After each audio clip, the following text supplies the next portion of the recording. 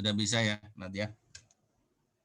Sudah, Pak. Terima kasih. Oke, nah jadi kemarin kita sudah bahas mengenai aset tetap ya. Jadi yang namanya aset tetap kemarin punya ciri ya, punya karakteristik. Karakteristik dari aset tetap adalah bahwa satu aset tetap tersebut pertama kali adalah dia berwujud gitu ya. Jadi yang namanya aset tetap dia pasti harus ada wujudnya. Berarti dia bisa dilihat gitu kan. Bisa bisa dikatakan bahwa ya bisa dilihat, bisa dirasakan dengan eh, diraba gitu kan dengan panca indera, pokoknya ada wujud fisiknya, secara fisik ada. Kemudian yang kedua, apalagi karakteristiknya kemarin masih ingat nggak karakteristik dari aset tetap? Lebih dari 12 bulan, Pak. Ya, masa manfaatnya lebih dari 12 bulan ya, Gabriel ya. Jadi masa manfaatnya lebih dari 12 bulan dan dapat dipakai berkali-kali ya kan. Contoh kalau Anda beli mobil, maka otomatis mobil itu bisa dipakai berkali-kali dan lebih dari 12 bulan. Kemudian apa lagi? Selain berwujud lebih dari 12 bulan, Digunakan dia untuk dibeli. operasi. Nah, oke. Digunakan untuk operasional. Jadi aset tetap itu dibeli digunakan untuk operasional. Sehingga apabila ada aset yang sudah tidak digunakan untuk operasional, mestinya dia tidak lagi dikategorikan sebagai aset tetap, tapi dikategorikan ke aset lainnya. Kan itu ya. Nah itu. Nah contohnya apa? Kita beli mobil untuk digunakan operasi, bangun kantor, untuk memberikan pelayanan, itu berarti digunakan untuk operasional gitu ya. Oke, itu yang paling ini ya, yang paling apa namanya, paling utama bahwa dari ciri aset tetap itu adalah berwujud, masa manfaatnya lebih dari 12 bulan atau 1 tahun, dan digunakan untuk operasional, gitu ya. Digunakan untuk operasional itu berarti tidak untuk dijual kembali atau tidak untuk diserahkan kepada masyarakat. Nah, kemudian selain itu ada tambahan juga bahwa di pemerintah yang namanya aset tetap selain memenuhi karakteristik itu, maka dia harus memenuhi batas minimum kapitalisasi pada saat perolehannya. Nilainya itu melebihi dari batas minimum kapitalisasi. Nah, kemarin kita tahu bahwa aset tetap itu ada tanah, ada peralatan dan mesin, ada gedung dan bangunan, ada jalan irigasi dan jaringan gitu ya. Nah, saat ini pemerintah menggunakan PMK 181 untuk batas minimum kapitalisasi, di mana untuk tanah itu tidak ada batas minimumnya. Jadi kalau beli tanah mau 10.000, 20.000, 30.000 itu akan dikapitalisasi ke harga perolehan tanah. Kemudian untuk peralatan dan mesin itu 1 juta gitu ya, termasuk ATR, aset tetap renovasi untuk peralatan dan mesin gitu ya, itu 1 juta. Kemudian gedung dan bangunan berapa ya? Gedung dan bangunan. Kukuh masih ingat gedung dan bangunan minimum kapitalisasinya berapa kok ya? 25 juta, Pak. 25 juta, yang sebelumnya 10 juta. Jadi 25 juta. Jadi untuk gedung dan bangunan 25 juta minimal untuk bisa dikapitalisasi. Kalau di bawah itu tidak dikapitalisasi gitu ya. Bangun gedung harganya cuma 10 juta, itu berarti nggak tahu gedung apa itu kan. Itu seperti itu. Jadi itu nggak perlu dikapitalisasi. Karena konsekuensinya nanti kalau dikapitalisasi berarti menjadi aset dan kita akan melakukan penyusutan atau penyesuaian pada tanggal 31 Desember gitu ya. Nah, kalau nilainya tidak material ya otomatis nanti akan merepotkan gitu ya. Kemudian ya ATR untuk gedung dan bangunan itu sama juga, berarti sebesar 25 juta. Kemudian jalan irigasi dan jaringan berapa? Jalan irigasi dan jaringan tidak ada batas minimum kapitalisasi, termasuk aset tetap lainnya gitu ya. Contoh aset tetap lainnya apa? Aziz, Lutfi Aziz masih ingat nggak? Contoh aset tetap lainnya. Perpustakaan, buku gitu, Pak. Buku perpustakaan ya, atau buku perpustakaan itu adalah contoh dari aset tetap lainnya. Kalau beda antara aset tetap lainnya dengan aset lainnya apa ya kira-kira? Siapa yang bisa bantu? Ini mungkin si anu nih, si siapa tadi yang sudah baca si Dina kali ya, Dina. Nah, ya Din, apa bedanya aset tetap lainnya sama aset lainnya? Kalau aset tetap lainnya itu aset tetap tapi yang selain bangunan, tanah dan lain sebagainya itu, Pak. Tapi kalau aset lainnya itu di luar dari aset yang sudah ditentukan. Contoh aset lainnya apa, Din? Mungkin kayak bangunan yang belum ada klasifikasinya gitu, Pak. Maksudnya dari segi nilainya atau dari pokoknya belum terklasifikasi kayak gitu, bukan, Pak? Ya kalau bangunan berarti dia masuk ke aset tetap itu. Kalau bangunan yang sudah tidak dipakai, itu contohnya. Aset tetap yang sudah tidak dipakai itu masuk ke dalam aset lainnya, gitu ya. Oke, makasih Dina. Oke, kemudian tadi batas minimum kapitalisasi sudah, klasifikasi juga sudah, gitu ya. Kemudian kita juga mengenal post acquisition expenditure ya. Post acquisition expenditure itu adalah biaya yang dikeluarkan setelah setelah perolehan. Nah, biaya yang dikeluarkan setelah perolehan itu kemungkinan diperlakukan menjadi dua, yaitu apakah dia sebagai revenue expenditure atau sebagai capital expenditure. Kalau kita bicara revenue expenditure berarti dia menjadi beban. Bebannya apa? Beban pemeliharaan. Atau capital expenditure, berarti kalau bicara capital expenditure berarti dikapitalisasi, gitu kan ya. Nah, biaya yang dikeluarkan setelah perolehan itu kan secara umum namanya pemeliharaan ya, atau post acquisition expenditure. Dia bisa menjadi beban pemeliharaan atau dikapitalisasi. Pertanyaan saya, kapan suatu biaya itu atau biaya setelah perolehan itu dikapitalisasi? Masih ingat nggak, Silvi?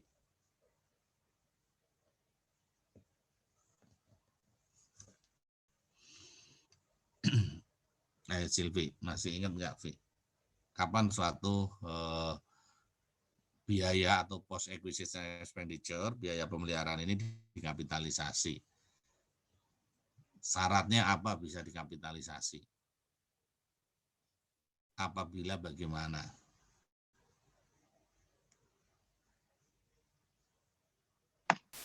Sebentar, Pak. Oke.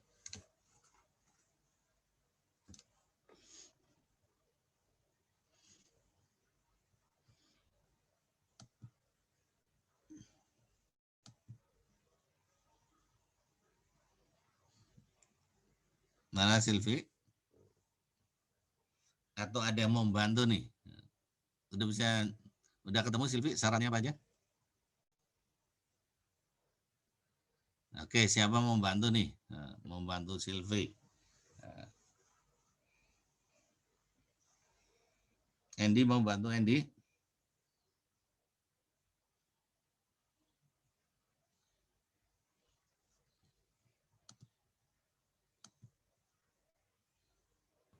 Izin Pak, izin Yuk, mencoba. yuk, Afan.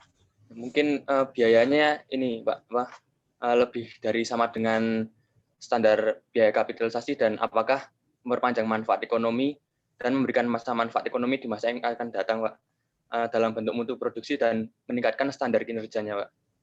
Oke, ya. Jadi suatu biaya pemeliharaan atau biaya setelah perolehan itu dikapitalisasi apabila dia memenuhi salah satu, ya kan. Misalnya tadi menambah kapasitas, memperpanjang masa manfaat gitu kan, atau meningkatkan mutu atau kualitas barang gitu ya. Mutu, kualitas barang atau kualitas produksinya gitu ya. Nah, kemudian selain salah satu dari itu adalah dia juga harus, nah kalau harus berarti wajib hukumnya ya, harus memenuhi batas minimum kapitalisasi. Nah, batas minimum kapitalisasi itu dilakukan per unit itu ya. Batas minimum kapitalisasi itu per unit ya. Oke. Kemudian kemarin kita sudah bicara juga ya, yang kemarin kalau nggak salah bagaimana apabila ada aset tetap yang dihentikan, gitu kan? Apabila aset tetap dihentikan, kalau kita menghentikan secara permanen, maka otomatis aset tetap tersebut dikeluarkan dari neraca, gitu ya. Tapi kalau dihentikan dan masih nunggu pelepasan, nah, dihentikan dan masih nunggu pelepasan belum dilepas, maka biasanya dipindahkan terlebih dahulu ke dalam aset lainnya, ya, bukan aset tetap lainnya ya, ke dalam aset lainnya. Nah, kemarin juga kita sudah belajar ya terkait dengan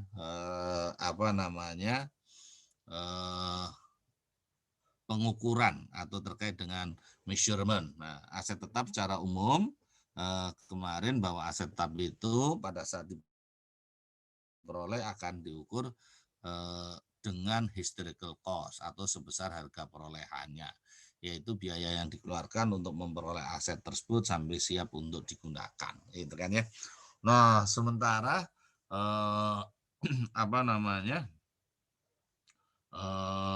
biaya-biaya itu ya tergantung dari cara perolehannya, gitu ya. Kalau kita membeli ya berarti harga belinya ditambah mungkin ongkos angkutnya, gitu kan ya. Kemudian kalau membangun ya berarti ada direct material, direct labor, dan factory overhead, kan gitu kan ya.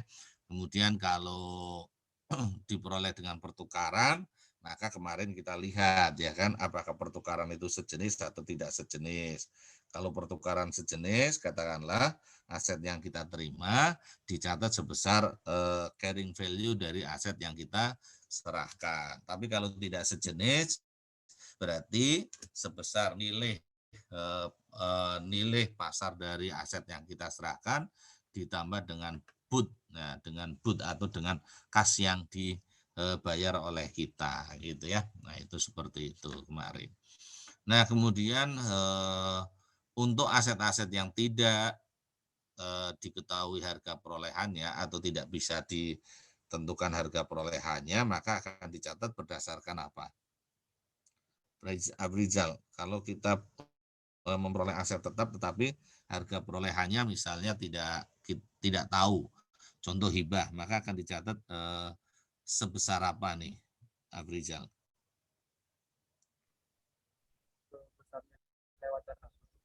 Pakai nilai wajar. Pakai nilai wajar. Nilai wajar itu bisa saja adalah harga pasar aset pada saat itu atau harga pengganti ya. Harga pengganti itu seandainya kita membeli aset yang sama seperti itu kira-kira harganya berapa.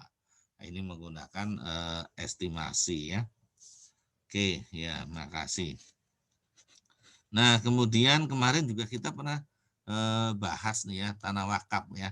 Kemarin tanah wakaf juga sempat dibahas. Nah, kalau ada tanah wakaf secara umum, tanah wakaf ini nanti tidak dicatat di neraca, tapi cukup dilaporkan di catatan atas laporan keuangan, gitu ya. Nah, itu. Oke, saya tidak akan mereview semuanya dulu. Nah, ini saya akan coba melihat daya ingat Anda semua ya kan, daya ingat Anda semua yang sudah mempelajari itu. Ini ada sedikit kuis yang harus Anda kerjakan, gitu ya. Nah, untuk ya melihat ya kan seberapa daya tangkap Anda, gitu ya. Oke, mana ya kuisnya? Saya jalankan dulu nih kuisnya.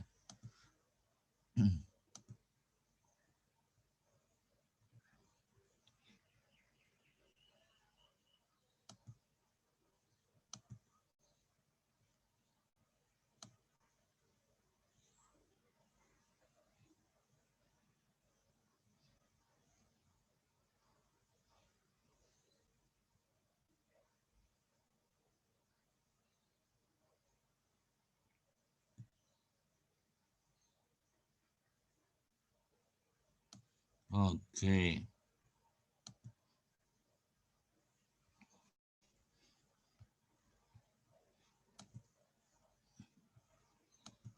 Ini hadir semua ini.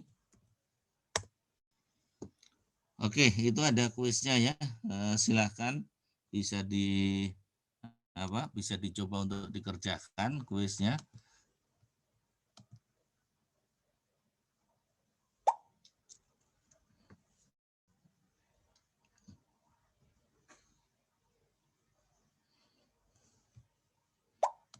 Oke, baru beberapa orang, kita tunggu yang lainnya.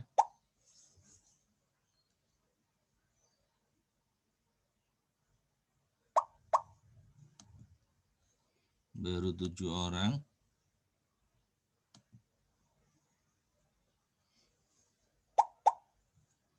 Oke, sudah ada 10 orang.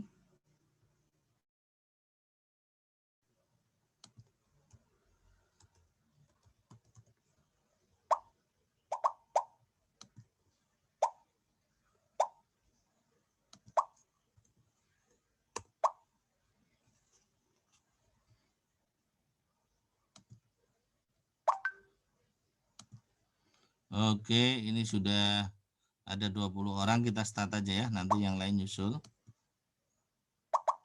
Oke.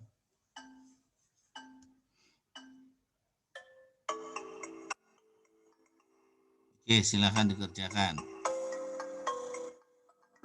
Ya, dan mempunyai nilai buku 0 akan diberlakukan sebagai apa? Nah, selama dia masih dipakai, ya kan, di situ kan dia tidak baru habis masa manfaat, tapi aset tetap tersebut kan bisa saja tetap dipakai karena di sini nggak ada keterangan. Asumsinya kita misalnya beli komputer, ya kan, beli komputer estimasi manfaatnya 5 tahun, ternyata setelah 5 tahun masih bisa dipakai gitu ya, maka otomatis dia tetap dicatat sebagai aset tetap, namun tidak disusutkan lagi gitu ya.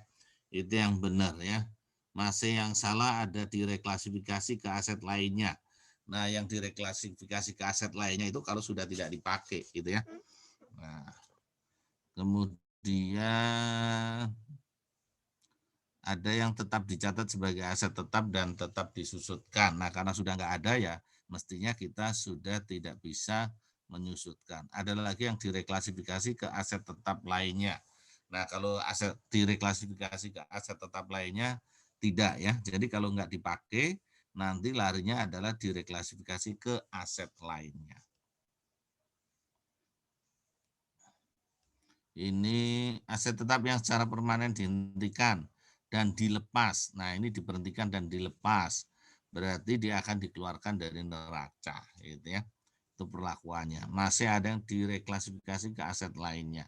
Kalau dihentikan saja, tidak dilepas, iya. Tapi kalau dilepas berarti harus dikeluarkan. Aset tetap yang dihibahkan ke entitas lain, 89% menjawab benar. Aset tersebut dikeluarkan dari neraca dan diungkapkan di CALK. Oke, saya kira itu ada semua ya di slide ya. Oke, ada pertanyaan enggak nih?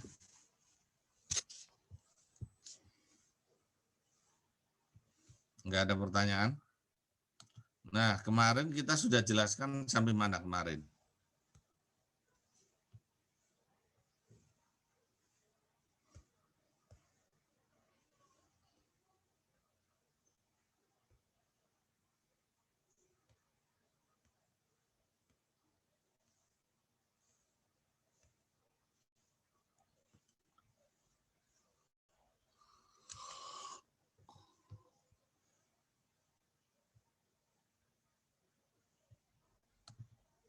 Kita sudah jelaskan sampai mana kemarin aset tetap?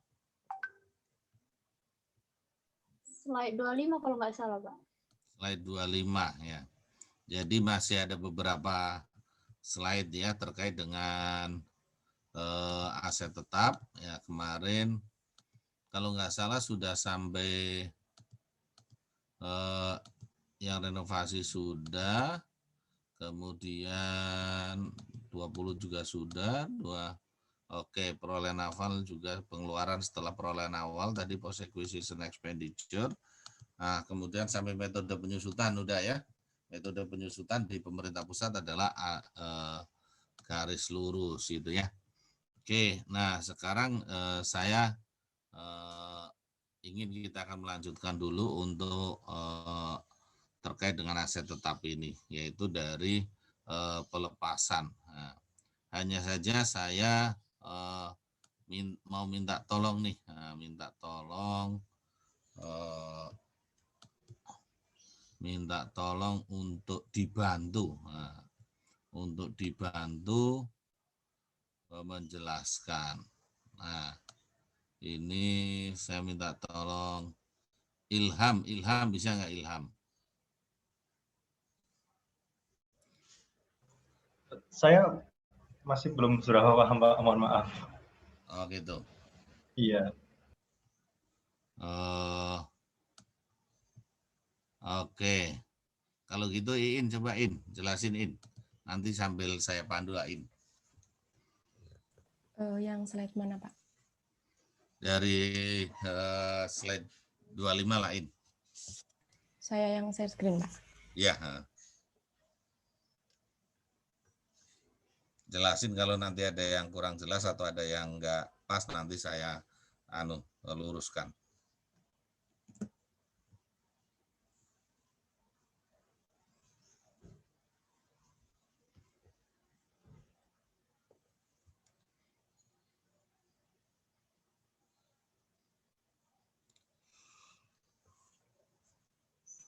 Sudah terlihat, Pak. Sudahin.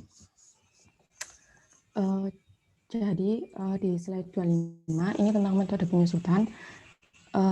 Ada 3 metode yang ada di dalam akuntansi pemerintah, tapi seperti yang Bapaknya jelaskan tadi, yang dipakai itu metode penyusutan yang garis lurus. Sama kayak di akuntansi entitas biasa, jadi yang dibutuhin itu nilai perolehannya berapa, nilai sisanya berapa, sama nilai manfaat umum manfaatnya itu berapa.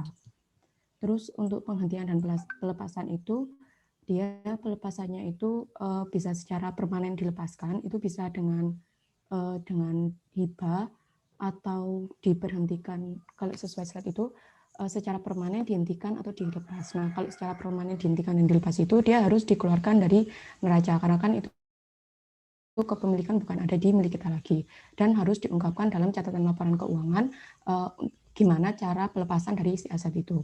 Terus kalau dihentikan dari penggunaan aktif, berarti kan kalau aset tetap itu dia harus di kriteria aset tetap itu dia digunakan sebagai kegiatan operasional. Jadi kalau misalkan dia udah tidak digunakan lagi, berarti dia otomatis sudah tidak boleh kita akui sebagai aset tetap. Jadi direklasifikasikan ke pos aset lainnya. Nanti kalau misalkan mau dihapuskan, jadi kita tinggal menghapus yang aset lainnya. Nah, ini penghentian dan pelepasan aset. Contohnya, mobil dibelinya 1 Maret, itu harganya 200 juta. Lalu dia rusak, tertimpa bencana alam, dan mempunyai nilai buku akhirnya itu 80 juta. Untuk penjurnalannya, jadinya kita hapuskan dulu si peralatan dan mesinnya itu ke aset lainnya, sesuai dengan nilai perolehan dan juga sebesar akumulasi penyusutannya itu berapa. Mulai dari awal perolehan penggunaannya sampai dengan waktu terkena bencana itu berapa akumulasi penyusutan. Jadi di debitnya aset lainnya 200 juta, akumulasi penyusutan ini yang didebit untuk menghapus akumulasi penyusutan dari peralatan dan mesinnya, lalu kreditnya peralatan dan mesin 200 juta senilai perolehan, dan kreditnya akumulasi penyusutan aset lainnya ini untuk menambahkan akumulasi penyusutan atas aset lainnya.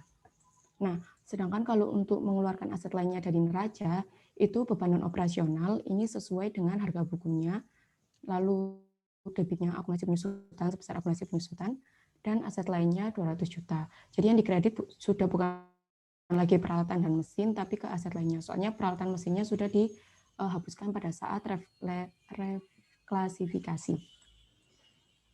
Oke, kalau misalnya ada yang nggak jelas, boleh langsung tanya ya.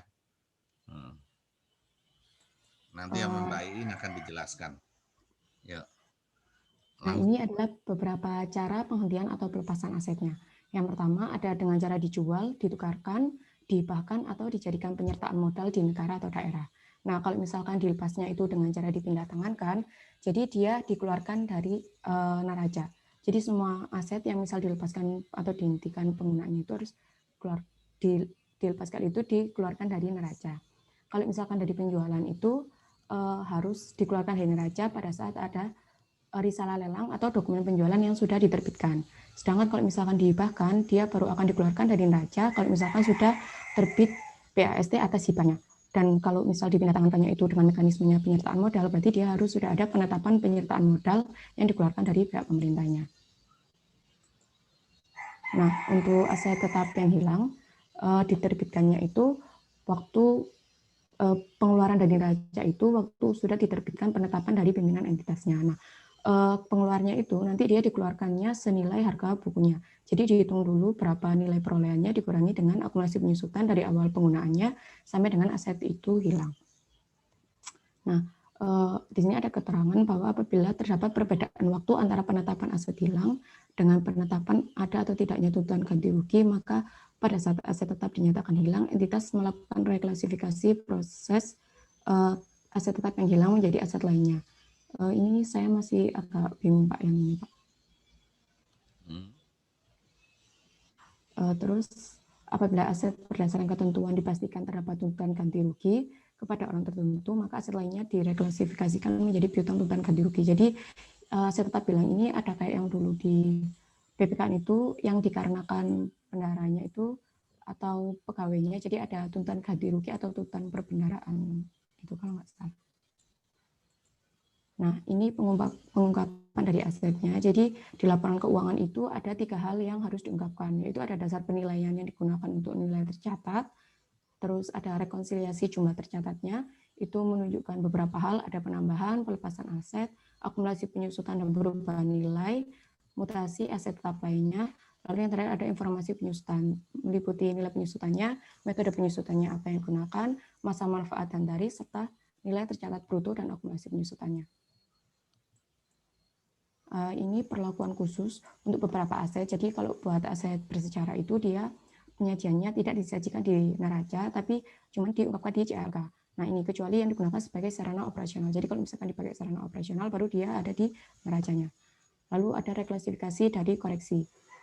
Kalau misalkan dia dihentikan dari penggunaan aktif, dan tidak memenuhi definisi aset tetap, jadi dia harus dipindahkan ke aset lainnya sesuai dengan nilai tercatatnya dimiliki asetnya itu berapa.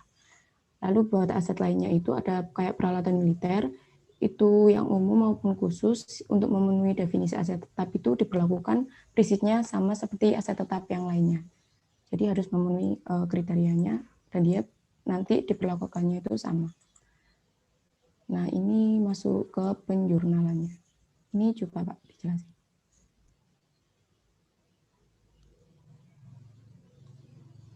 Kalau penjurnalannya itu pengadaan atau peralangan aset tetap, aset intrakontabel, jadi ini yang menambah BMN atau barang milik negara.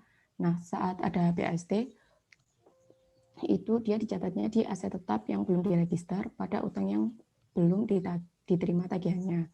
Lalu kalau sudah diregistrasi, dia masuk ke aset tetapnya itu apa, ke kreditnya menghapus aset tetap yang belum diregister tadi.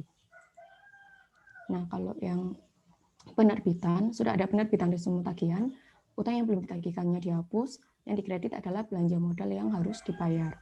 Kalau misalkan SP2D udah terbit, berarti sudah ada pembayaran, maka belanja modal yang masih harus dibayar dan ditagihkan ke entitas lainnya dikredit. Nah, karena sudah ada pembayaran, berarti sudah ada pengeluaran dari uang kasnya. Jadi di jurnal kasnya juga harus di jurnal belanja modal ditagihkan ke entitas lain sebesar nominalnya berapa. Nah, kalau ekstra kontabel ini pencatatannya itu aset tetap belum diregister ditagihkan ke entitas lain. Nah, di kasnya itu belanja modal atau ditagihkan ke entitas lain. Kalau yang ini saya masih agak bingung Pak, kalau yang pencatatan dari aset ekstra kontabelnya. Anda yang tahu aset ekstra kontabel itu apa? Aset yang tidak memenuhi itu bukan Pak? Standar nilai minimum kapitalisasi. Oke, ya, jadi aset-aset yang masa manfaatnya lebih dari 1 tahun, itu misalnya beli printer gitu ya. Printer itu kan lebih dari 1 tahun, tapi ternyata batas minimum kapitalisasinya tidak terpenuhi, misalnya printer harganya cuma 700, maka nanti aset tersebut itu diklasifikasikan sebagai aset extra countable gitu ya, diklasifikasikan sebagai aset extra countable. Nah, terhadap aset extra countable ini nanti dia tidak akan dilaporkan di neraca, cukup diungkapkan di catatan atas laporan keuangan.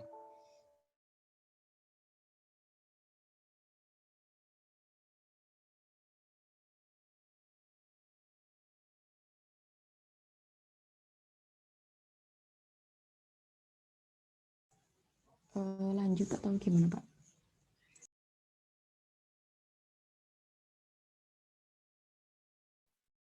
Keluar Bapak.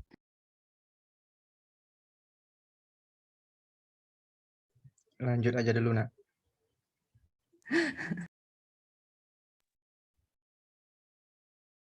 Dong, In. Boleh nanya, Kak?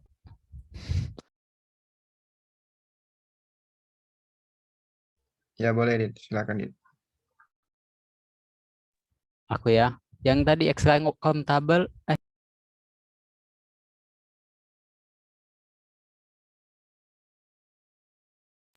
halo? Tos. Oh iya, silakan, Jai. Bukan aku, maksudnya lu jawab. Jawabannya tunggu Bapak ya, Dit ya. Gimana kabarnya, Dit? Sehat ya, Alhamdulillah. Heriko bukan sih tadi itu. Saya yang nanya tadi. Heriko. Oh iya. Ya kan Heriko. Gimana sih Sehat ini? kok. Atos nih. Sehat, Tos. Mana Tos?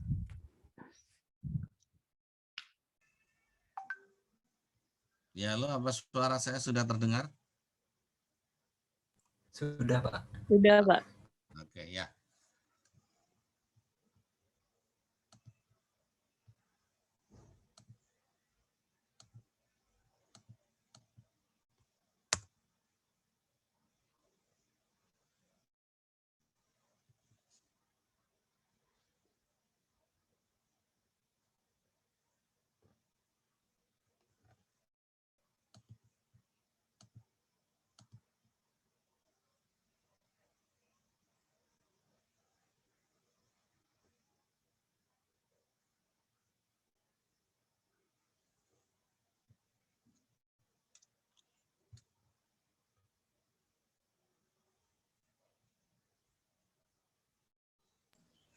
Maaf, melanjutkan yang tadi. Jadi di aset extra countable dia kan berarti asetnya itu pembelian asetnya itu tidak memenuhi batas kapitalisasi. Jadi pencatatannya aset tetap yang belum diregister pada ditagihkan ke entitas lain. Nah, untuk di kasnya karena sudah ada pengeluaran, jadi dia belanja modal ditagihkan kepada entitas lain. Nah, kalau misalkan sudah diregister, berarti dia masuknya ke beban aset extra countable, bukan ke pengelolaan asetnya. Pada aset tetap yang belum diregister. Untuk perolehan KDP atau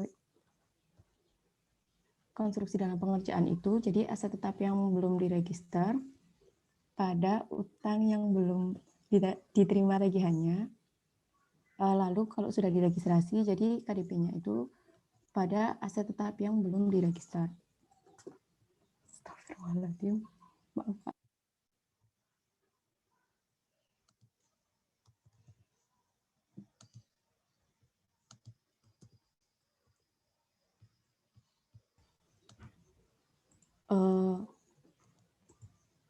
Nah, lalu kalau misalkan KDP-nya itu sudah selesai dibangun, jadi dihapuskan masuk ke aset tetapnya.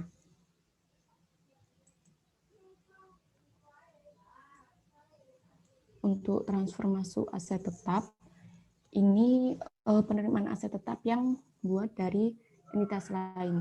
Jadi yang kepemilikannya bukan ada di entitas kita. Itu jurnalnya, kalau misalkan kita terima asetnya itu aset tetap pada transfer masuk. Kalau misalkan kita mengajukan penyusutan, berarti transfer masuk pada akumulasi penyusutan. Nah, di sini ada keterangan transfer masuk itu adalah penerimaan aset tetap atau aset lainnya dari entitas lain yang masih dalam entitas pelaporan terkonsolidasi, baik pada tingkat bawah atau tingkat atasnya. Jadi kita masih ada di dalam satu lingkup entitas pelaporan. Ini untuk transfer keluar buat penyerahan asetnya yang tadi yang bukan milik kita itu transfer keluar pada aset tetap. Lalu akumulasi penyusutannya dihapuskan juga karena asetnya sudah hilang. Jadi akumulasi penyusutannya didebit pada transfer keluar sebesar total akumulasi penyusutannya.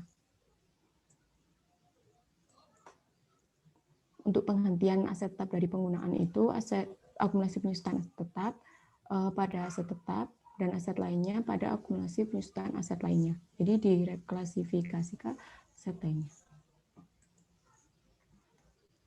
Untuk penggunaan kembali, jurnalnya akumulasi penyusutan aset lainnya pada aset lainnya dan aset tetap pada akumulasi penyusutan aset tetap. Nah, ini untuk perolehan dari hibah masuk aset tetap. Jadi aset tetap yang belum diregister pada hibah langsung yang belum disahkan sebesar nilai wajarnya, lalu aset tetap pada aset tetap yang belum diregister, dan hibah langsung yang belum disahkan pada pengesahan hibah langsung. Untuk hibah keluar aset tetap itu jurnalnya beban kerugian pelepasan aset pada aset tetap dan akumulasi penyusutan aset tetap. Untuk beban kerugian pelepasan aset tetap ini untuk menghapus saat penghapusan asetnya. Jadi akumulasi penyusutannya harus dihapuskan juga. Untuk perolehan dari harta rampasan atau sitaan itu aset tetap pada pendapatan sitaan atau rampasan dan pendapatan sitaan atau rampasan pada akumulasi penyusutan. Untuk mengakui penyusutan. Untuk penyusutannya beban penyusutan aset tetap pada mesin peralatan dan akumulasi penyusutan aset tetap mesin peralatan ini untuk mengakui beban penyusutan dari aset tetap yang dimiliki. Di sini keterangannya jurnal penyusutan aset tetap itu dibuat oleh Satker tiap semester dalam buku besar akrualnya sampai masa manfaatnya habis. Dan tidak ada jurnal untuk di pihak sakunya. Untuk penghapusan aset tetap, ini untuk aset tetap yang tidak digunakan dalam kegiatan operasional. Jadi dia dihapuskan aset tetap yang tidak digunakan dalam operasi pemerintah pada aset tetap dan menghapuskan akumulasi penyusutannya, yaitu akumulasi penyusutan aset tetapnya dihapus ke akumulasi penyusutan aset yang tidak digunakan dalam operasi pemerintah. Untuk aset tetap yang tidak untuk kegiatan operasional, ini masih lanjutannya. Jadi beban kerugian pelepasan aset ini dicatat, terus ada aset tetap yang tidak digunakan, lalu ada pencatatan akumulasi penyusutannya ke beban kerugian untuk menghapuskan beban kerugian yang sudah dicatat di awal. Untuk aset tetap yang dinyatakan hilang, pencatatannya aset tetap yang tidak digunakan dalam operasi pemerintah pada aset tetap dan akumulasi penyusutan aset tetap ke akumulasi penyusutan aset tetap yang tidak digunakan dalam operasi pemerintah. Lalu beban kerugian pelepasannya itu didebitkan dan menghapuskan aset tetap yang tidak digunakan dalam operasi pemerintah, jurnal di awal. Lalu ada pencatatan akumulasi penyusutan aset tetap yang tidak digunakan dalam operasi pemerintah pada beban kerugian pelepasan aset atau piutang TGR. Nah, ini penjurnalan aset tetap dengan keuntungan. Jadi, kalau misalkan ada keuntungan yang diperoleh, dia pertama menghapus akumulasi penyusutan, lalu diterima dari entitas lain. Nah, surplus kegiatan non-operasionalnya dicatat, sudah selisihnya, dan ada penghapusan aset tetap di kreditnya. Untuk di kasnya, dia mencatat yang penerimaan dari keuntungan yang diterima dari entitas lain pada pendapatan PNBP penjualan aset tetap. Kalau kerugian, berarti defisitnya itu ada di debit, dan di jurnal kasnya itu diterima dari entitas lain pada pendapatan PNBP penjualan aset tetap sebesar yang diterima itu berapa. Kalau ini contoh kasusnya, itu tanggal 20 April melakukan pembelian kompleks 7 gedung, tanahnya 8 miliar, gedungnya 12 miliar, ada biaya notaris 60 juta dan biaya pajaknya 2 miliar. Nah, ini untuk pembahasannya, jadi karena dia pembeliannya itu secara langsung, untuk pembayarannya itu kan dia harga belinya tadi 8 miliar, terus untuk pembayarannya notaris sama tanahnya itu dia harus diproporsionalkan. Jadi di total biaya notaris dan pajaknya itu 2 miliar 60 itu dikali sama 8/20. Harga untuk tanah berarti harga tanah yang 8 miliar dibagi sama total harga beli tanah sama harga gedungnya 20 miliar. Jadi untuk total perolehan tanahnya itu ada 8 miliar sekian. Kalau untuk bangunan juga sama, harga belinya dia berapa ditambah proporsi dari biaya notaris dan pajaknya. 2 miliar sekian dikali dengan 12 miliar harga beli si gedungnya dibagi dengan total harga beli tanah dan gedung 20 miliar. Jadi ketemunya 13 sekian.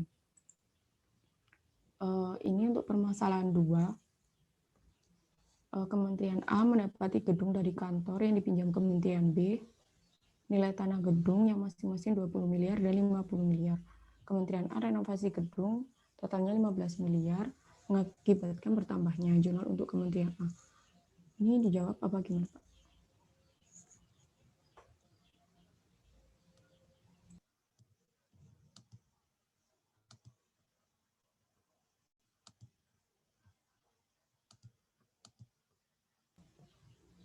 Pak, ini dijawab sekali ya.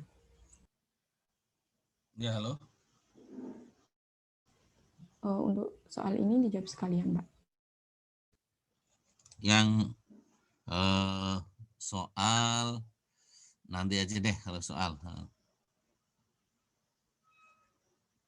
Udah habis ya ini ya? Iya, udah, Pak. Oke. Kalau gitu soal ini ada berapa soal ya? Cobain dikebawain. Cuman 2, Pak. Oh, cuman 2 ya? Atau saya tambahin aja dulu deh. Oke, sebentar. Di close duluin. Oke. Oke, ada pertanyaan nggak nih dari penjelasan Mbak Iin? Izin bertanya, Pak. Mungkin. Yuk, silakan. Kalau misalnya sebuah pemerintahan itu membeli mesin, nah mesin itu tidak memenuhi nilai kapitalisasi kan dikategorikan menjadi barang as accountable. Untuk jurnal penjualannya bagaimana ya, Pak? Apakah diakui sebagai pendapatan lain semuanya atau bagaimana? Terima kasih. Oke, terima kasih. Jadi apabila pemerintah nih membeli mesin ya, membeli mesin, kemudian mesin itu ternyata di bawah batas minimum kapitalisasi. Nah, kalau dia membeli mesin di bawah batas minimum kapitalisasi, otomatis ya kan, katakanlah nih beli mesin printer lah gitu ya. Mesin printer itu harganya katakanlah 700.000. Maka pada saat membeli dia tidak akan mencatat printer, tapi akan dicatat sebagai beban, nanti beban aset extra countable gitu kan, sebagai beban aset extra countable. Dan itu nanti akan diungkapkan di catatan atas laporan keuangan. Jadi nanti di catatan atas laporan keuangan itu harus disebutkan bahwa pada tanggal sekian bla bla bla bla kita membeli ini dengan harga perolehan bla bla bla bla karena jumlahnya ini maka nah intinya mengungkapkan itu adalah memberikan penjelasan di situ. Nah, kemudian kan printer itu nanti digunakan, gitu kan ya. Printer itu nanti digunakan. Nah, pada saat digunakan otomatis gitu ya, kita tidak perlu lagi melakukan penyusutan gitu ya. Kita nggak perlu lagi mencatat adanya penyusutan gitu. Kenapa? Karena asetnya aja nggak dicatat gitu kan ya. Kenapa kok ada batas minimum kapitalisasi? Salah satu filosofinya adalah untuk memudahkan proses akuntansi. Anda bayangkan kalau kita punya aset yang kecil-kecil, nilainya kecil tapi juga masa manfaatnya lebih dari 1 tahun, misalnya penggaris besi gitu kan ya, harus disusutkan tiap tahun, itu kan ribet. Makanya dimasukkan ke extra countable dan tidak perlu penyusutan gitu kan ya. Nah, pertanyaan berikutnya, kalau sudah dipakai, kalau barangnya itu misalnya gitu kan ya, barangnya itu misalnya masih bisa dijual, bisa saja nanti dijual kalau sudah mau dihapuskan gitu kan ya. Tapi kalau sudah tidak bisa dijual ya tinggal dihapuskan, otomatis tidak ada lagi namanya beban. Kenapa? Karena beban extra countable-nya atau ya beban ekstra kompatibelnya kan udah dicatat di awal ya. Jadi tidak ada namanya beban atau kerugian. Beda kayak tadi, kalau aset tetap itu ternyata pada saat dilepaskan atau kita mau buang, masih ada book value-nya, nilai bukunya itu menjadi kerugian non operasional gitu ya, atau kerugian pelepasan aset tetap itu tadi. Nah, itu seperti itu. Nah, kalau ini ya tidak gitu kan ya. Kalau misalnya bisa dijual, oh penggaris masih bisa dijual ya. Ternyata bisa dijual dengan harga 5.000 gitu misalnya.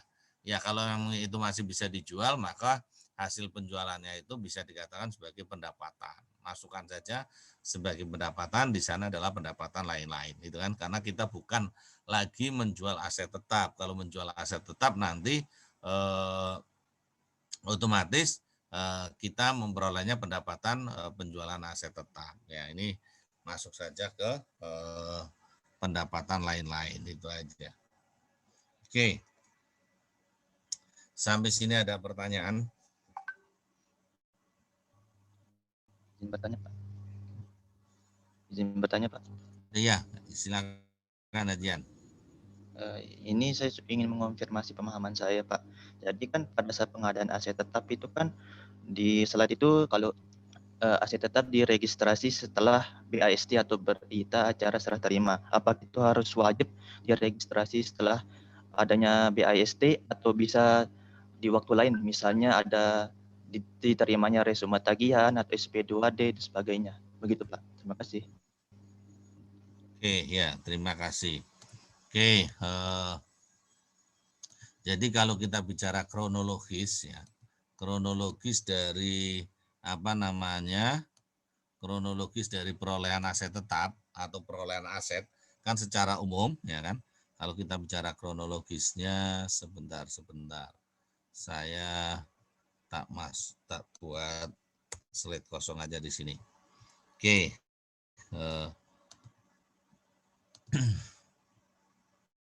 Saya share screen dulu ya. Mana ini? Oke. Ada slide kosong itu ya.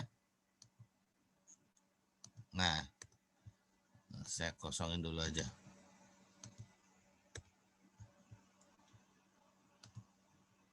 Oke, jadi kalau kita bicara kronologis dari perolehan aset, kan mestinya kira-kira kita beli dulu. Nah, kita beli ya.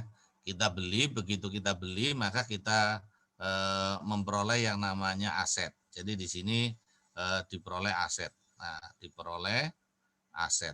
Nah, pada saat diperoleh aset ini adalah kita melakukan namanya BAST, berita acara serah terima ya kan.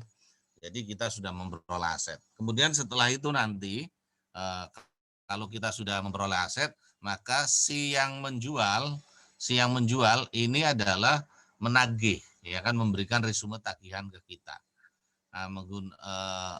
Menagih ke kita, sehingga kita di sini menerbitkan namanya SPP, surat permintaan pembayaran, atau kita juga selain SPP nanti dilanjutkan dengan SPM ya, jadi SPM di sini. Nah, kan itu. Nah, kemudian setelah itu baru nanti akan dibayar SP2D. Siapa yang bayar? Kalau langsung berarti dibayar oleh KPPN. Nah, ini sebenarnya prosesnya seperti itu. Nah, sehingga kalau kita lihat kembali ke depan ini, yang saya buletin di sini adalah pertama kali diterima barang. Nah, pada saat diterima barang, maka memang kita harus mencatat adanya aset, ya kan? Aset, tapi belum diregister. Yang belum diregister, gitu kan ya, aset yang belum diregister. Kemudian baru di sini kita catat, oh utang.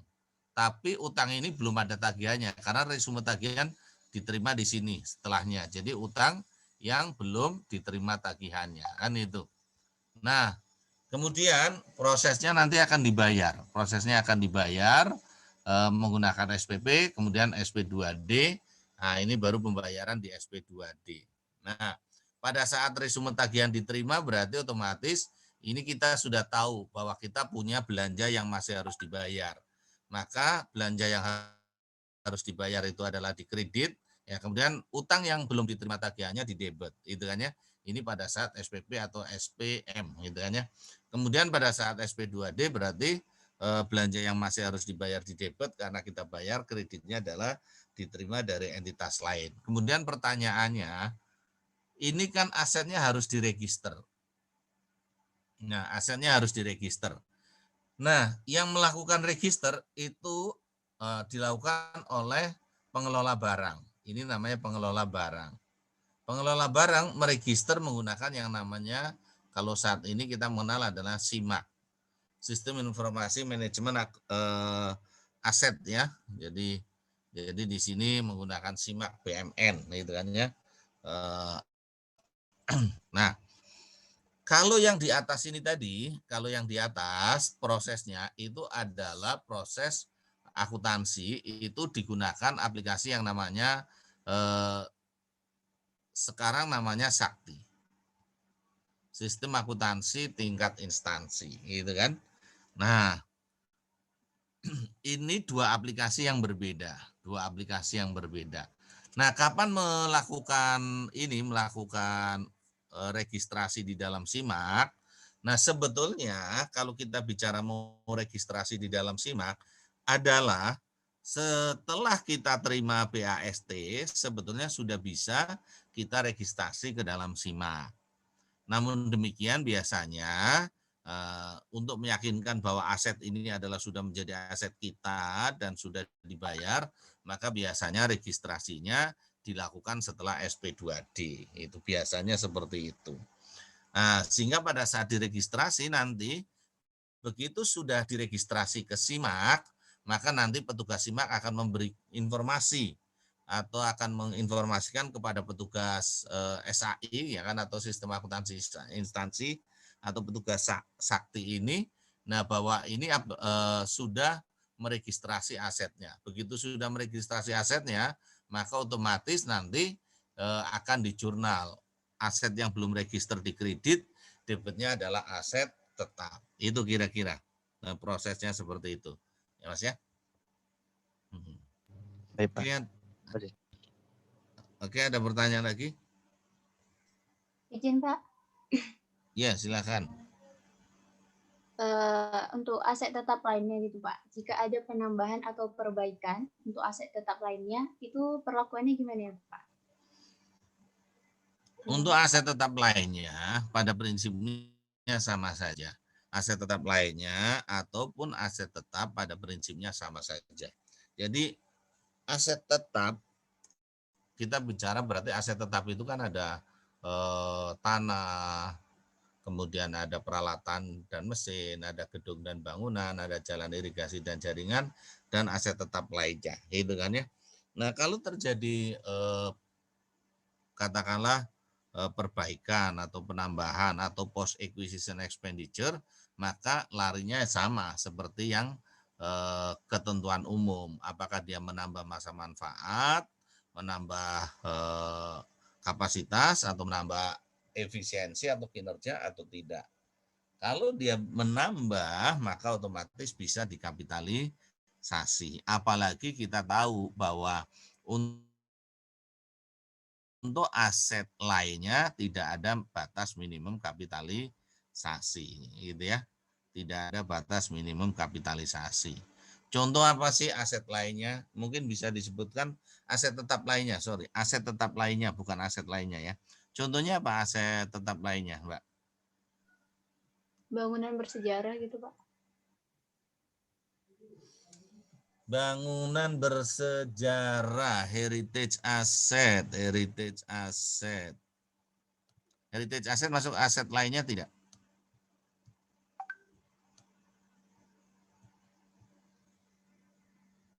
Heritage asset nih ya, kalau heritage asset, nah perlakuan khusus berapa ya, slide berapa ya?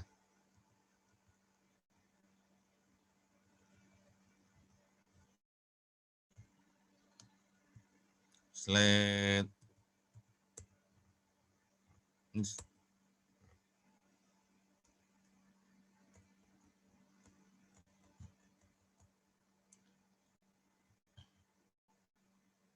nah ini, slide ini, kelihatan?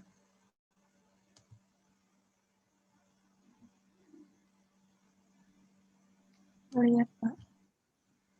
Ya, aset bersejarah.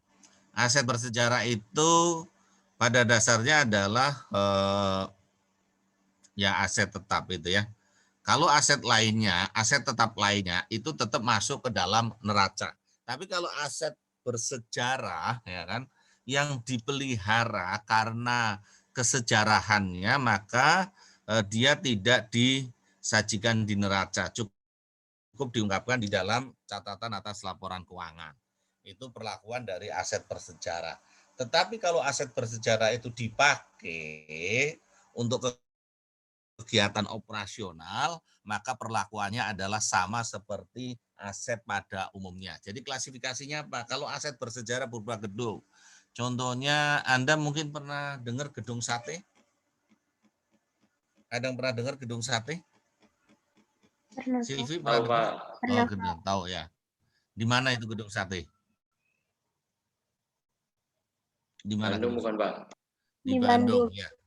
Betul. Nah, gedung sate itu adalah salah satu contoh gedung bersejarah gitu ya. Tetapi gedung sate itu digunakan untuk operasional sebagai kantor pemerintah. Nah, sehingga maka gedung sate itu akan dicatat di neraca. Jadi kalau digunakan untuk operasional akan dicatat di neraca sebagai apa? Sebagai gedung. Kan itu. Nah, jadi akan dicatat sebagai gedung. Nah, itu seperti itu. Jadi perlakuannya sama. Nah, kalau aset lainnya heritage aset masih belum ini ya. Tapi kalau aset heritage aset itu dipelihara karena kesejarahannya otomatis dia tidak dimasukkan ke neraca, bukan sebagai aset lainnya juga. Jadi dia akan dimasukkan cukup dilaporkan di catatan atas laporan keuangan. Misalnya Candi Borobudur kan kayak gitu ya. Itu. Nah, kalau aset tetap lainnya contohnya adalah buku perpustakaan, itu aset tetap lainnya. Aset-aset yang bercorak seni atau misalnya kita punya yang namanya lukisan gitu ya. Lukisan. Nah, lukisan ternyata lukisan kita peroleh dulu dengan harga katakanlah 10 juta. Ternyata lukisan itu karena udah lama agak pudar-pudar. Kemudian kita panggil tukang lukisnya untuk memperbaiki, kita bayar. Nah, kalau bayarnya itu adalah melebihi karena ini aset tetap lainnya tidak ada batas minimum kapitalisasi, tetapi kalau misalnya bayarnya itu adalah menambah masa manfaat atau pengeluaran tersebut menambah masa manfaat, maka bisa dikapitalisasi. Tapi kalau hanya diperbaiki saja gitu ya, tidak menambah masa manfaat ya otomatis tidak dikapitalisasi. Itu kira-kira seperti itu. Baik, terima kasih, Pak. Atau ya ada lagi yang mau bertanya?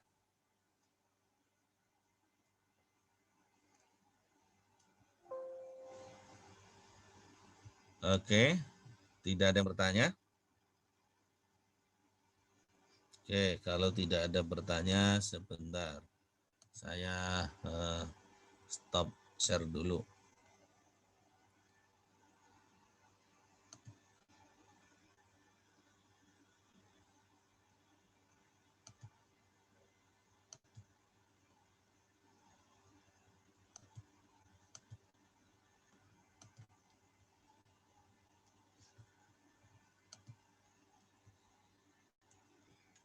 Bentar ya.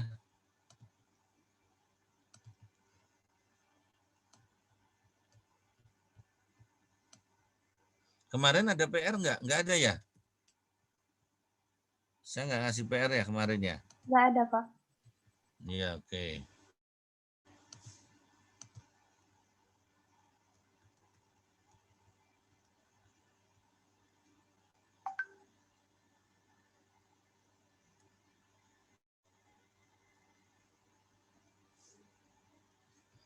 Oke.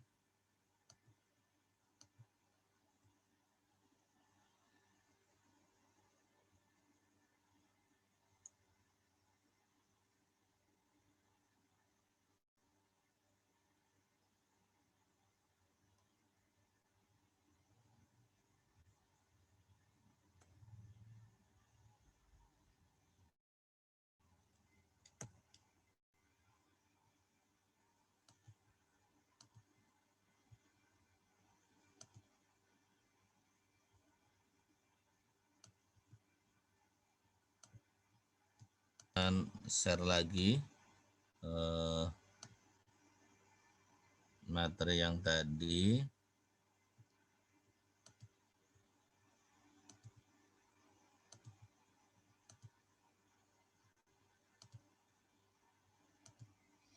Oke, udah kelihatan share screen-nya? Sudah, Pak. Udah, ya. Tadi ini udah dijelaskan oleh Iin ya. Saya kira nggak ada masalah. Kemudian ini masalah pelepasan itu ya.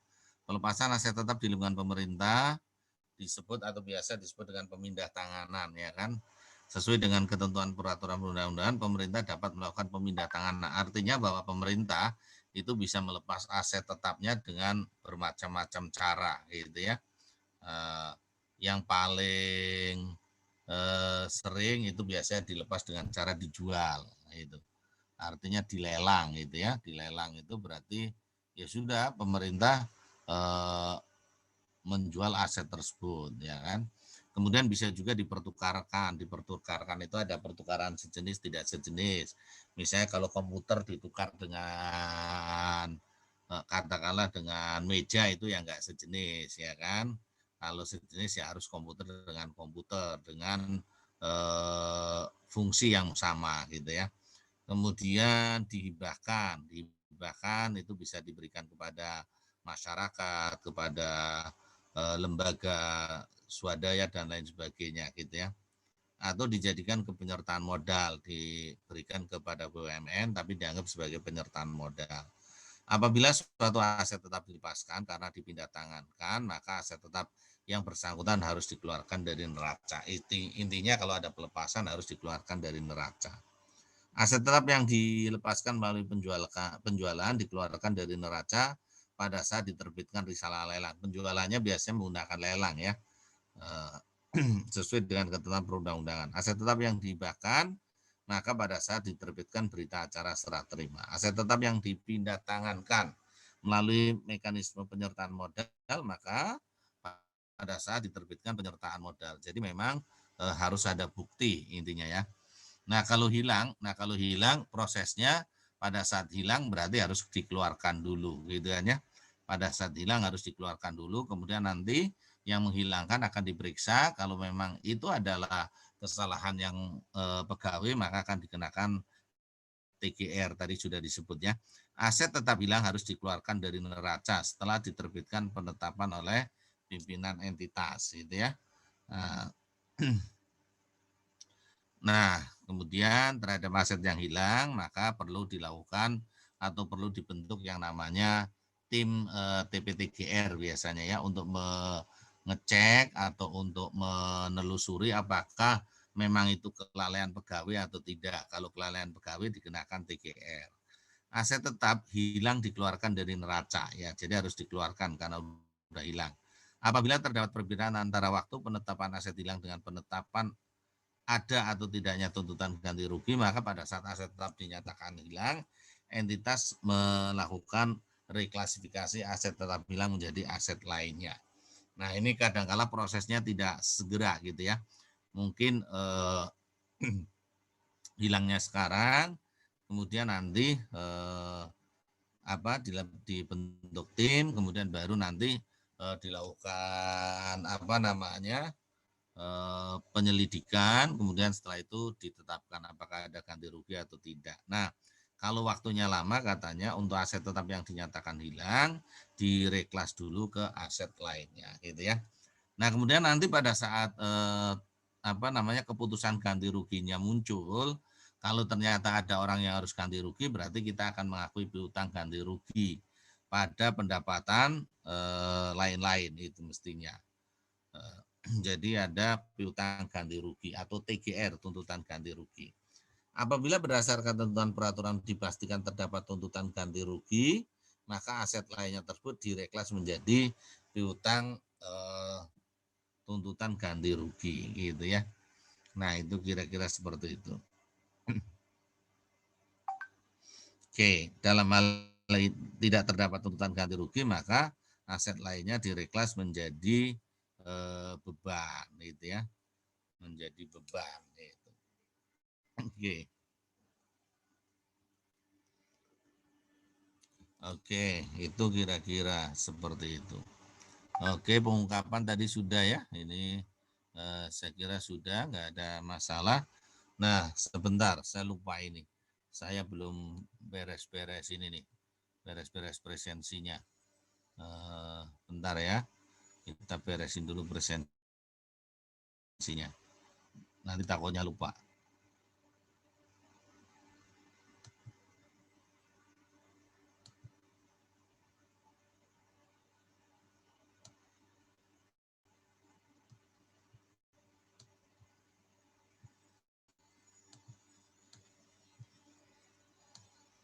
Udah hadir-hadir semua ya.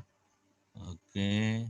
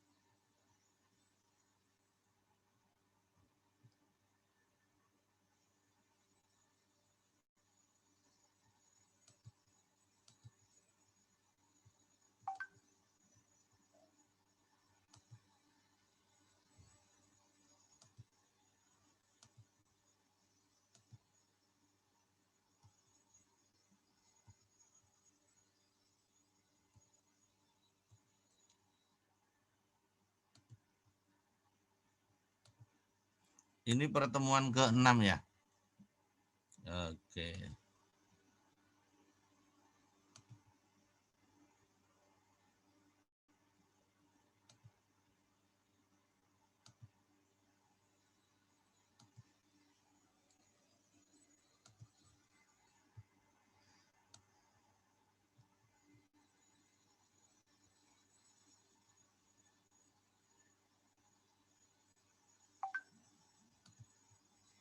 Oke.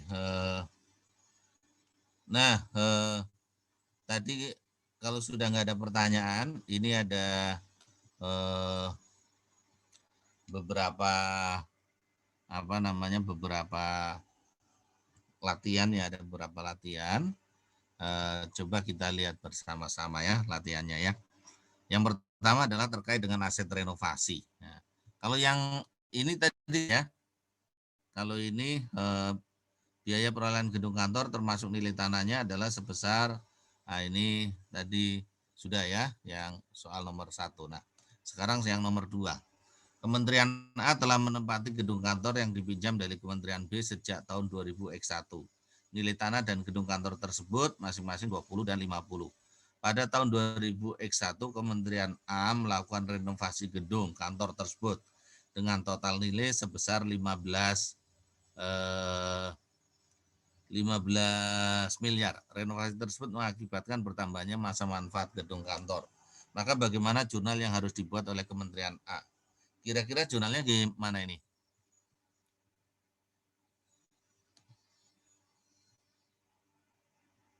Noval, jurnalnya gimana, Val?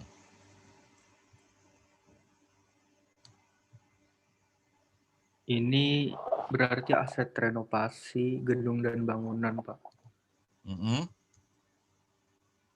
Jurnalnya saat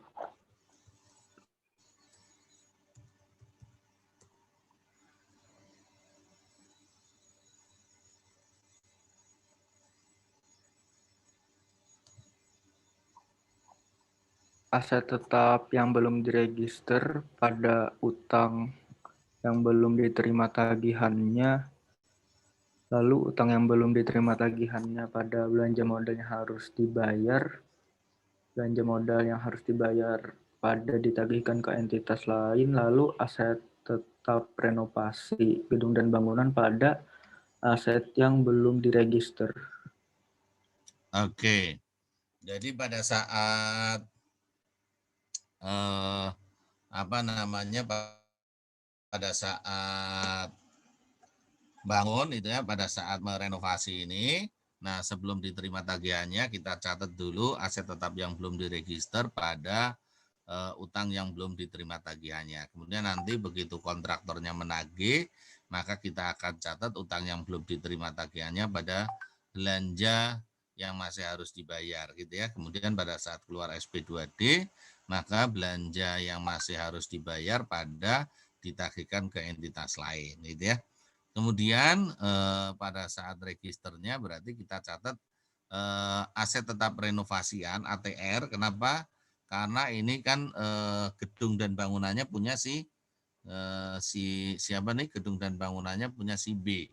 Nah, si A maka akan mencatat aset tetap renovasian ya pada aset tetap yang belum diregister. Nah, ketentuannya mestinya nanti di akhir tahun adalah bahwa ini akan diserahkan ke B mestinya. Apabila sampai dengan akhir tahun biaya renovasi gedung kantor tersebut belum atau diibah atau tidak dihibahkan Kementerian A kepada Kementerian B, bagaimana penyajian di masing-masing kementerian. Nah, kalau belum diserahkan berarti di kementerian masih akan muncul atau di Kementerian A masih akan muncul yang namanya ATR, aset tetap renovasian sebesar 15 miliar gitu ya.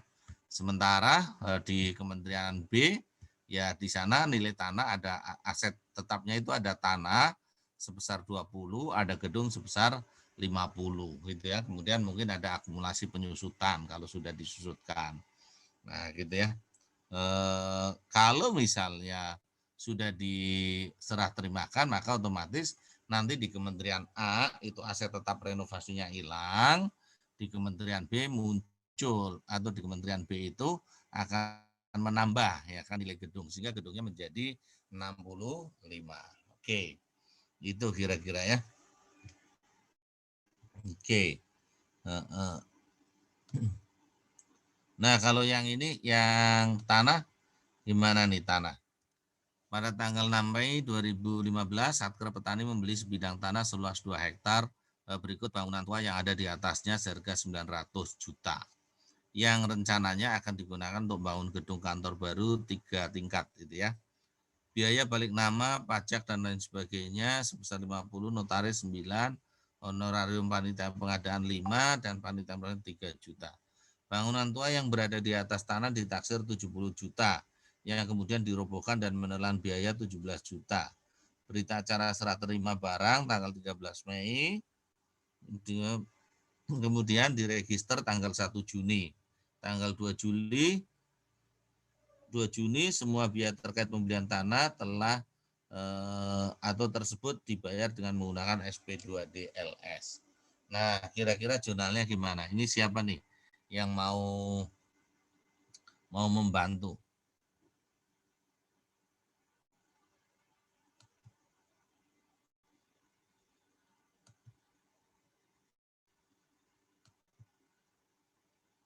Siapa yang membantu?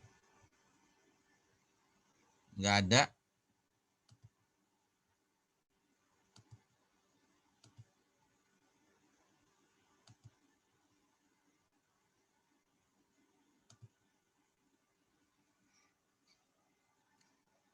Kalau di layar Anda ini muncul apa? Yang kelihatan apa di layar Anda?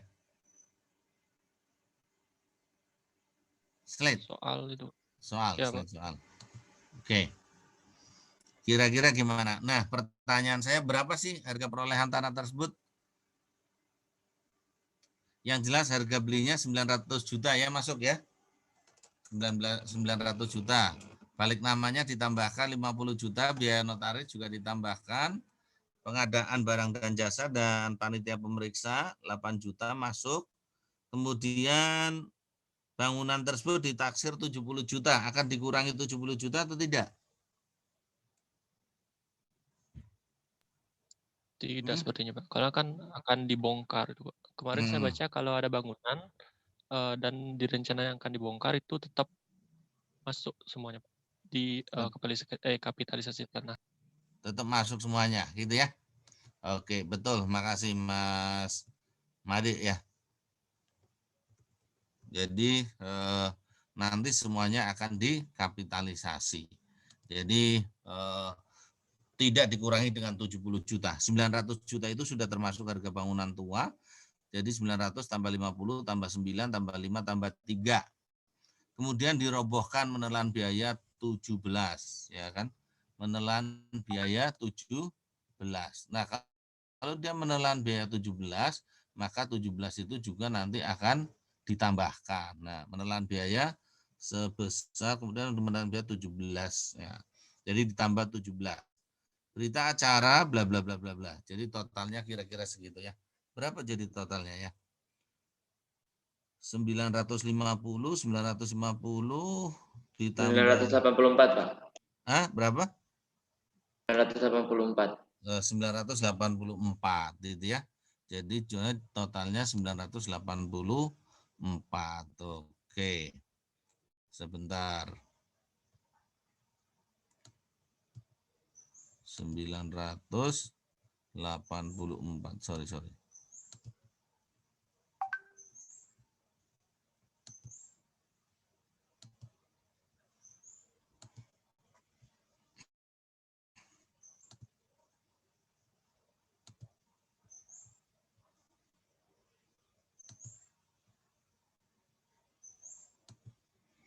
Ini ya. Jadi totalnya adalah 900 tambah 50, 984 gitu ya. Oke. Nah, kemudian jurnalnya gimana? Ya kan? Jurnalnya adalah ini aset tetap atau tanah yang belum diregister gitu ya. Jadi pada saat kita membeli tanah adalah tanah atau aset tetap yang belum diregister pada utang yang belum diterima tagihannya. Kemudian pada tanggal 1 Juni gitu ya, asumsi diregister, maka tanah pada tanah yang belum diregister. Tanggal 2 Juni utang yang belum diterima tagihannya pada belanja yang masih harus dibayar. Ini berarti kita membuat resume tagihan. Kemudian pada saat dibayar nanti pada saat dibayar utang yang belum diterima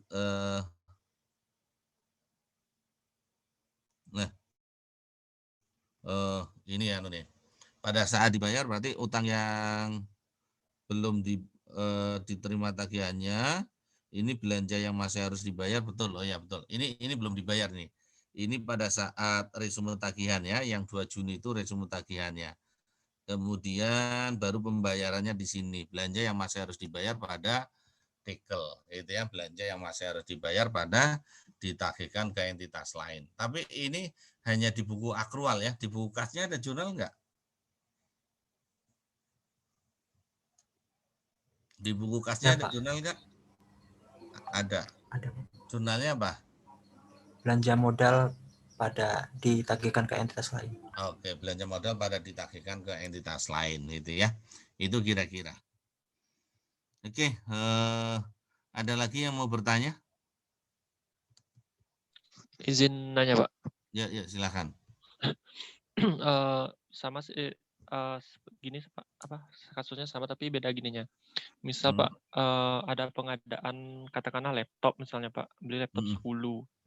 Harganya misalnya 5 juta. Nah, kemudian penjualnya tuh ada kebijakan perusahaannya misalnya beli laptop 1 dikasih flash disk 1 gitu misalnya. Nah, itu untuk perlakuan flash disk-nya itu kan masuk sediaan ya jadinya Pak atau belanja barang. Nah, itu karena dia gratisan itu gimana ya Pak perlakuannya? Apakah nanti masuknya konsep lamsam atau hibah jatuhnya Pak? Oke, terima kasih ya. Pertanyaannya bagus ya. Jadi kalau kita beli ya kan, misalnya beli sesuatu gitu ya, beli sesuatu kemudian misalnya dapat diskon ya, misalnya ini kalau tadi dikasih flash disk gitu ya, kalau misalnya dapat diskon katakanlah beli laptop harganya ternyata 10 juta, ternyata kalau kita belinya 2 atau belinya lebih dari itu dikasih diskon 10% itu misalnya, ternyata belinya tadi 5 gitu misalnya gitu ya. Kalau beli 5 maka dapat diskon 10%. Maka seandainya ya kan 10 kali 5 kan 50 juta gitu ya. 10 kali 5, 50 juta. Nah, karena dapat diskon sebesar 10%, berarti diskonnya 5 juta. Berarti yang kita bayar 45. Maka laptop tersebut akan dicatat laptop 45 pada ditagihkan ke entitas lain ya. Atau kalau mau runut ya dari awal gitu ya, laptop yang belum diregister kayak gitu. Tapi intinya bahwa pada saat itu adalah laptopnya nanti akan dicatat sebesar 45, tidak dicatat 50 pada ditagihkan ke entitas lain. Karena kita bicaranya adalah harga perolehannya gitu ya. Harga perolehannya itu. Jadi seperti itu. Nah, itu kalau kita diskon relatif lebih gampang. Bagaimana kalau kita dikasih dikasih barang gitu ya. Nah, kalau kita dikasih barang gitu ya. Misalnya beli laptop gitu ya. Beli laptop terus nanti dikasih bonus. Bonusnya dikasih flash disk gitu ya. Maka bagaimana pencatatannya gitu ya. Nah, maka kita lihat ya, karena apakah harga flash disk itu cukup material atau tidak. Kalau nilainya tidak material, ya nggak usah dialokasi gitu kan ya. Katakanlah kalau laptop harganya 5 juta, flash disknya harganya 25.000 gitu ya. Itu kan tidak material. Nah, dikurangi dengan 25.000 kayak gitu, nggak material. Jadi nggak usah dianggap sebagai pembelian lamsam, kecuali kalau memang harganya cukup material gitu ya. Itu seperti itu. Kalau harganya cukup material maka harus dicatat secara terpisah gitu ya. Nah, itu seperti itu.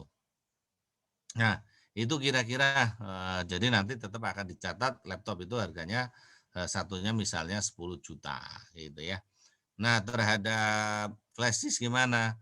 Terhadap flash disk, nah flash disk itu sebetulnya kan nanti kalau kita bicara flash disk masuknya ke persediaan, gitu ya. Flash disk masuknya ke persediaan. Jadi kita catat saja bahwa itu adalah kalau misalnya dia masuk ke persediaan, masukkan saja ke persediaan. Kalau harganya ada, ya kan harganya ada. Kalau tidak ada, ya sudah, nggak usah. Hanya saja dimasukkan saja ke dalam ke dalam extra countable saja, gitu ya. Jadi dicatat ke dalam extra countable saja, gitu.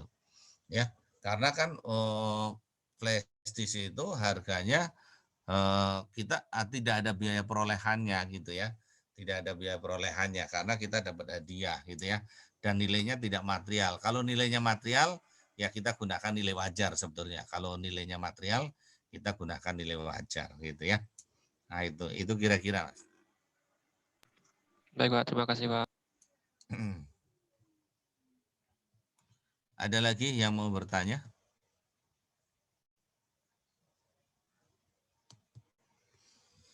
Oke, kalau tidak ada pertanyaan, saya kira untuk hari ini cukup ya. Sudah cukup jelas. Kemudian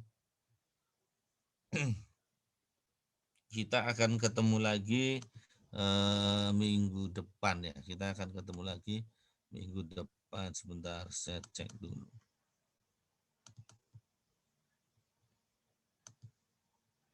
Minggu depan kita libur ya? Iya Pak, kalau tidak salah libur. Iya, minggu depan kita libur. Jadi minggu depannya lagi ya. Nanti akan saya kasih akan saya kasih penugasan deh biar Anda pas libur bisa memanfaatkan waktunya lah. Daripada libur nanti bengang-bengong ya kalau nggak ada penugasan ya. Jadi nanti saya akan kasih penugasan deh. Gitu ya.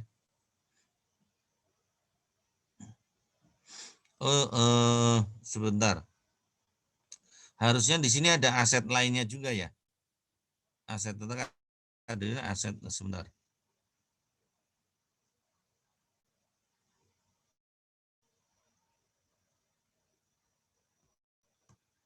Pertemuan 5 dan 6. Oke. Kalau aset tetap lainnya siklus akuntansi.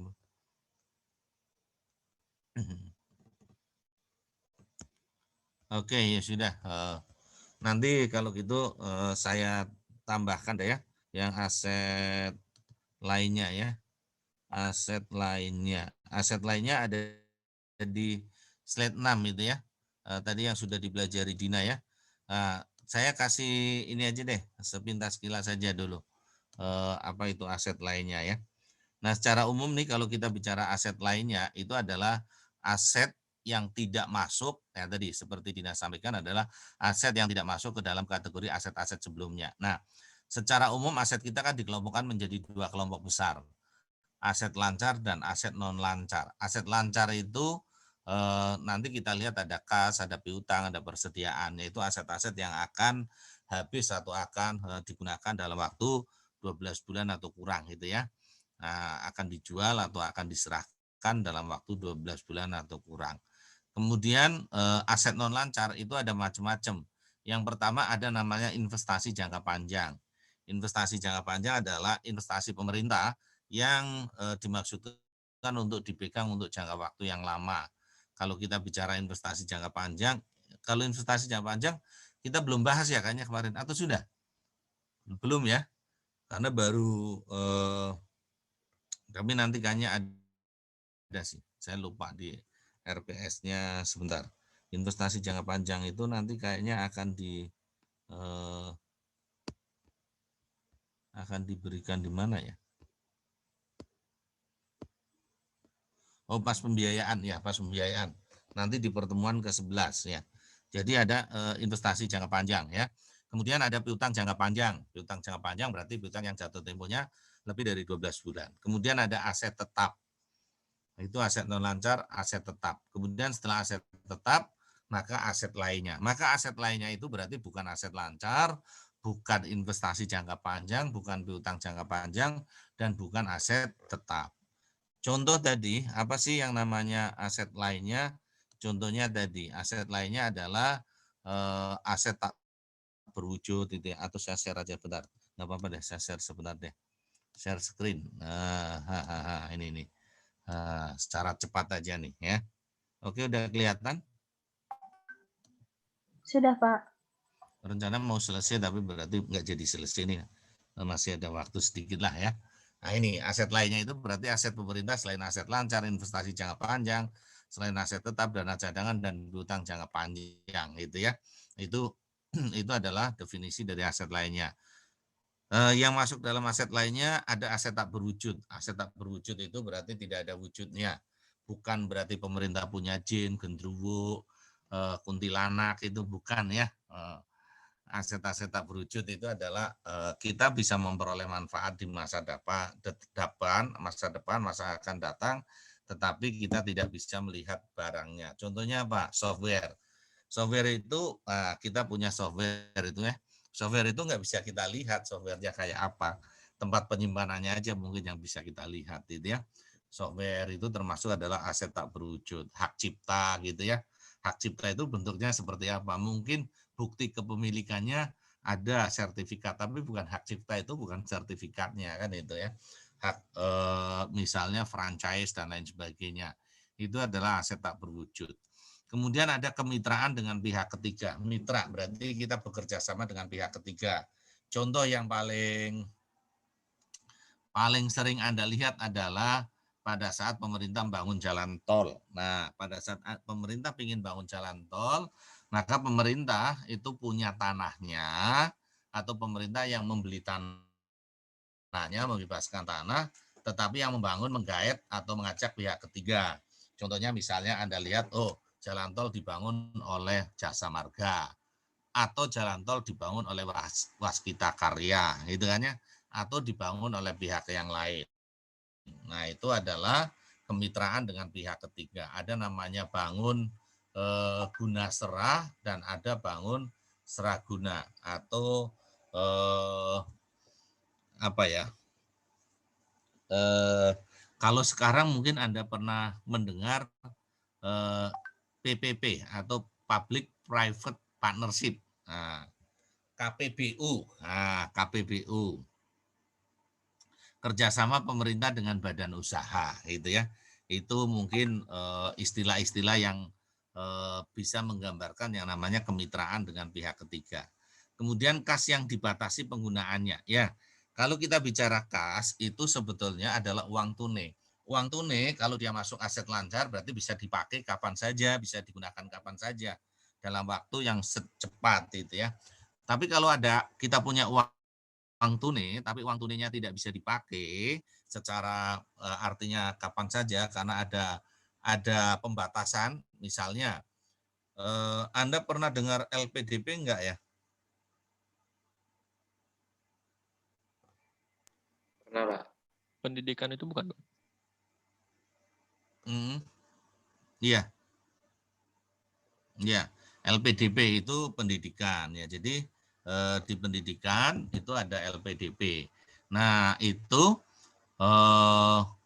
uang yang dipegang oleh LPDP itu hanya boleh untuk pendidikan, tidak boleh digunakan untuk yang lain. Itu namanya kas yang dibatasi penggunaannya. Dan aset lain-lain contohnya yaitu tadi aset tetap yang direklas gitu ya. Itu kira-kira. Nah, itu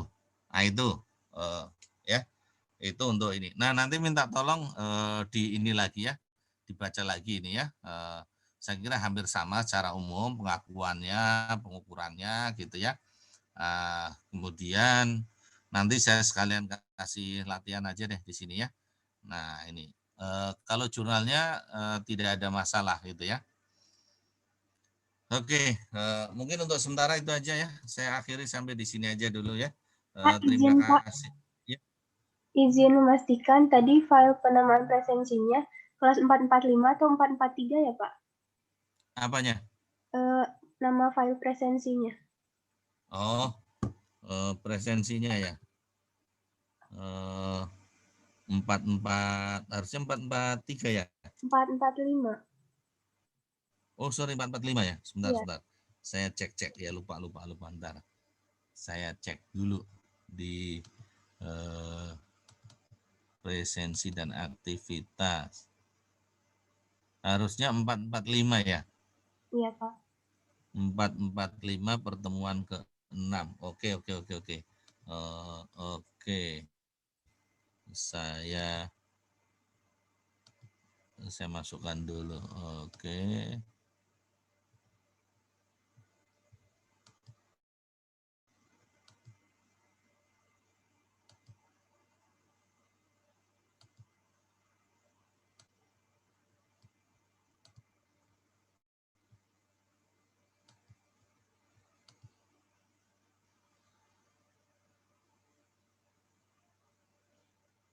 Oke, sudah ya. Makasih.